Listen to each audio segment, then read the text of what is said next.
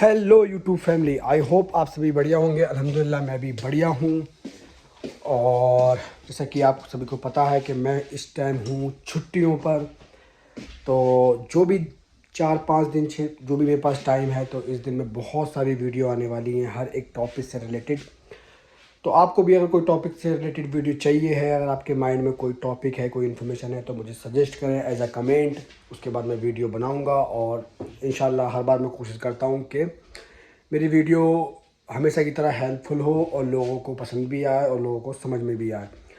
तो जैसा कि आपने थंबनेल देख के और जो भी मैंने वीडियो का रीनेम कर रखा है, सॉरी, जो नेम रख रखा है वीडियो से, आपने अनुमान आइडिया लगा लिया होगा कि वीडियो आज की कितनी ज़्यादा हेल्पफुल होने वाली है। क्योंकि भाई ये चीज़ बहुत टाइम से मेरे माइंड में है और इस पे बहुत ज़्यादा फेक स्कैम चल रहा है इंडिया में स्पेशली। तो मैं बताऊंगा आज के बारे में कि वर्क परमिट किस तरीके के होते हैं।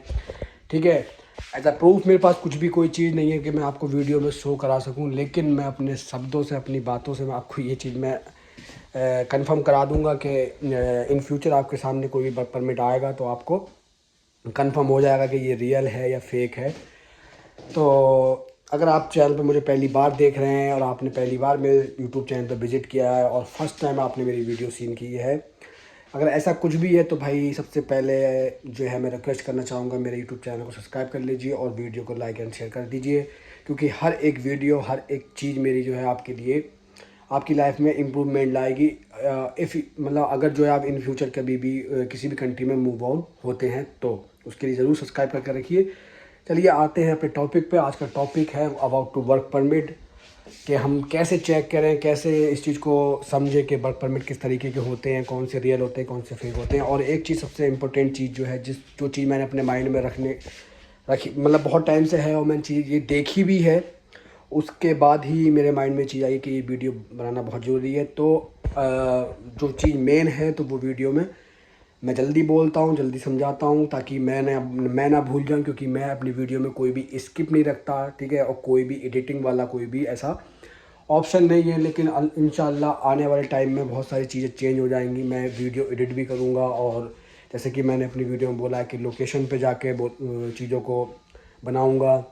ठीक है, और इसके लिए जो भी चीज़ें मुझे परचेज़ करनी है, जैसे माइक हो गया, ठीक है, स्टिक हो गई ब्लॉगिंग के लिए, ये सारी चीज़ें मैं उस टाइम के बाद परचेज़ कर लूँगा। क्योंकि अभी मेरी सैलरी नहीं आई है और यूट्यूब का भी पेमेंट सारा रुका हुआ है, अभी पेमेंट नहीं आया है। ठीक है, तो वो आ जाएगा, कोई बड़ी बात नहीं है, उसका प्रोसेस चल रहा है। खैर, तो मैं बताऊं भाई कि तो सबसे पहले बताऊं भाई, वर्क परमिट एक तो फेक होते हैं और एक कुछ जो रियल वर्क परमिट होते हैं, लेकिन वो भी किसी काम के नहीं होते। ठीक है, तो हम बात करते हैं सबसे मेन चीज़। फेक वर्क परमिट तो कोई बता देगा, जो भी आपके जानने वाला होगा या आपको किसी ने वर्क परमिट सेंड किया होगा, तो आप मुझे सेंड करोगे तो मैं ईजिली आपको बता दूंगा कि हाँ भाई वर्क परमिट रियल है, ओरिजिनल है या फेक है।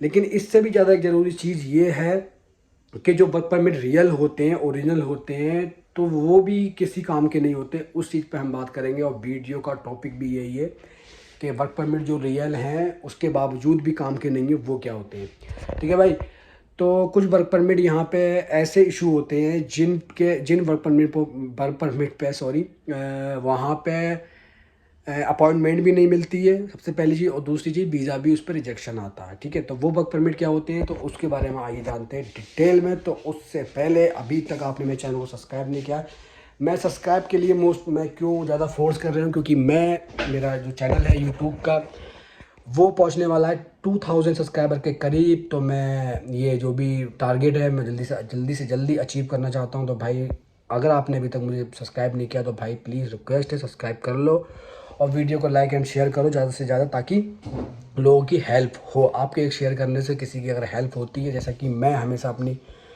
लाइफ में जितना भी खुदा ने जो भी चीज़ें दी हैं, तो मैं ये चाहता हूँ कि भाई हर एक इंसान की हेल्प हो।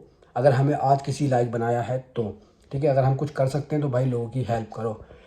ठीक है, इससे भाई ये भी होगा कि दूसरे लोग जब इम्प्रूवमेंट करेंगे तो भाई कहीं ना कहीं आपका भी उसमें कोई ना कोई इजाफा होगा ही। ठीक है, ऐसा नहीं है कि आपको कोई भी बेनिफिट ना मिले। खैर, चाहे वीडियो पर आते हैं। मैं टॉपिक से बहुत जल्दी भटक जाता हूँ क्योंकि मैं चीज़ों को एक्सप्लेन बहुत करता हूँ ताकि लोगों को अच्छे से समझ में आए, लोग आउट ऑफ टॉपिक ना जाएं, ठीक है, आउट ऑफ वे ना जाएं। इसलिए मैं चीज़ों को एक्सप्लेन बहुत करता हूँ और ये चीज़ें कभी कभी मेरे लिए काफ़ी नुकसानदायक साबित हो जाती हैं, क्योंकि वीडियो लंबी हो जाती है। वीडियो लंबी पे लोग रिएक्शन ज़्यादा अच्छे नहीं देते, वो भी चीज़ होती है। और दूसरा फिर लोग बोर भी हो जाते हैं। खैर, ये सब बात की चीज़ें हैं। अभी जो टॉपिक है उस पर बात करते हैं। तो वर्क परमिट जो रियल होते हैं वो किसी काम के नहीं, तो वो क्या होते हैं? तो भाई मैं बताऊं, जैसे कि यहाँ पे बहुत सारी ऐसी एजेंसीज़ हैं, ठीक है, और बहुत सारे ऐसे लोगों ने खोल रखे हैं, जैसे इंडिया से भी हैं लोग, बांग्लादेश से भी हैं, उन्होंने खोल रखे हैं एज अ वर्क परमिट देने के काम, ठीक है। वो वर्क परमिट देते हैं 500 से 600 जलोटी या 1000 जलोटी में वर्क परमिट देते हैं, ठीक है। जो वर्क परमिट फ़िलहाल तौर पे वो रियल होते हैं, ओरिजिनल होते हैं, जिनका कोई भी किसी तरह का मार्केट में कोई भी मतलब आप कह नहीं सकते किसी तरह से इनवैलिड है या बेकार है। वो रियल होते हैं, ओरिजिनल होते हैं, और वो पूरी तरह से मार्केट में काम करते हैं। लेकिन क्या होता है, वो वर्क परमिट ऐसी कंपनियों के होते हैं जिनका या तो इस पोलैंड के जो भी एक एरिया दायरा है जो भी काम करने का, उस दायरे में वो कंपनियां या जिस जिस भी रेस्टोरेंट या जिससे भी निकले हुए हैं, तो वो फ़िलहाल तौर पे बंद हैं, वो काम नहीं कर रही हैं, ठीक है। या दूसरा, उनका गवर्नमेंट से कोई भी ऐसा कोई कॉन्टैक्ट नहीं है, जैसे कि जो टैक्स वगैरह जो गवर्नमेंट पे करती है, जो भी उनके जितने भी एम्प्लॉय काम कर रहे हैं उन लोगों को जो भी टैक्स जाते हैं गवर्नमेंट को, वो उसमें उनका जो भी परसेंटेज है वो बहुत ज़्यादा लो होता है, जिसकी वजह से वो गवर्नमेंट उन वर्क परमिट पे, उन कंपनियों के वर्क परमिट पे वीज़ा बिल्कुल भी नहीं लगाती है, ठीक है। रिजेक्शन देती है, हर हाल में रिजेक्शन देती है। ये चीज़ मेरे सामने आई थी। मैं बताऊँ ये चीज़ कब आई थी सामने? मैं यूट्यूब पे कुछ सर्च कर रहा था, तब एक पंजाबी भाई है मेरा, वो मुझे नहीं जानता, ठीक है, मैं भी उसको नहीं जानता। एज अ एक रील उसकी मेरे सामने एज नॉर्मली आई थी, उसकी रील मेरे सामने, तो वो मैंने देखी थी। तो उसमें ये चीज़ उन्होंने शेयर की थी कि भाई कुछ वर्क परमिट रियल भी होते हैं, जेन्युइन भी होते हैं, और उनकी कोई जांच पड़ताल भी नहीं होती, लेकिन उसके बावजूद भी वो किसी काम के नहीं होते। तो भाई ऐसे वर्क परमिट क्या होता है, जब जब कोई वर्क परमिट, मैं आपको एक टीचर की लैंग्वेज में समझाऊँ, जैसे टीचर बोलता है अपनी क्लास में, ठीक है, उस तरीके से समझाऊँ। जैसे कोई वर्क परमिट ऐसी कंपनी द्वारा निकला या इशू हुआ या निकला हुआ जिसका यहाँ की गवर्नमेंट के नज़र में उसकी कोई वैल्यू ना हो, उस कंपनी की कोई वैल्यू ना हो, या ऐसा कोई सेक्टर या ऐसा कोई एरिया जिससे निकला हुआ वर्क परमिट जिसका यहाँ की मार्केट वैल्यू में कोई भी लेन देन ना हो किसी भी तरह का, ऐसा वर्क परमिट अगर आपके नाम पे निकलता है, तो भाई ऐसा वर्क परमिट सिर्फ़ और सिर्फ आपको टाइम, आपके जो भी अपॉइंटमेंट है, आपका वीज़ा है, इसमें सिर्फ टाइम इंक्रीज़ कर सकता है। लेकिन कहीं किसी भी स्टेज पे जाके आपको ये सफलता हासिल नहीं होगी कि आप वीज़ा ले लें, ठीक है। कहने का मतलब ये है कि भाई ऐसे वर्क परमिट पे हमेशा आपको टाइम लगेगा, 8 से 10 महीने, 12 महीने। अगर इन केस किसी भाई के पास वर्क परमिट है और उसकी अपॉइंटमेंट नहीं हो रही है, वीज़ा और अपॉइंटमेंट भी हो गई है किसी वजह से, और वीज़ा रिजेक्शन हुआ है, वीज़े का अभी कोई भी स्टेटस शो नहीं हो रहा, तो वो उसका यही रीज़न होगा कि भाई वो वर्क परमिट यहाँ की डेट में किसी भी काम का नहीं होगा, ठीक है।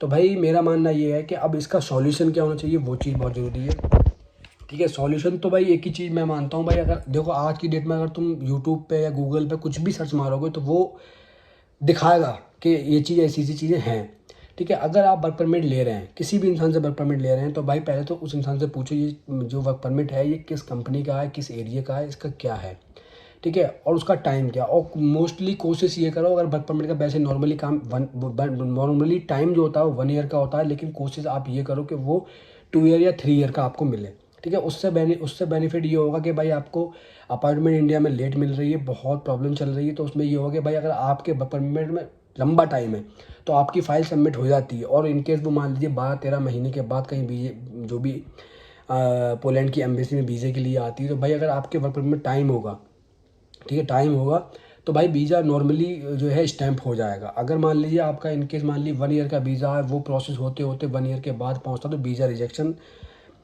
3 नंबर का डॉक्यूमेंट में आ जाएगा, क्योंकि वो भाई वर्क परमिट पर आएगा कि जो डॉक्यूमेंट में वर्क परमिट लगा हुआ है उस पर वो रिजेक्शन मार देंगे, ठीक है भाई। तो इसमें करना क्या है लोगों को, इससे सर्टिफिकेशन कैसे लेना है, कैसे आपको मतलब इसका सॉल्यूशन मिलना है, वो क्या है मेन चीज़ जो है उसकी, मतलब प्रॉब्लम तो मैंने बता दी, अब सॉल्यूशन की बात है ना, वो भी तो बतानी ज़रूरी है, ठीक है भाई।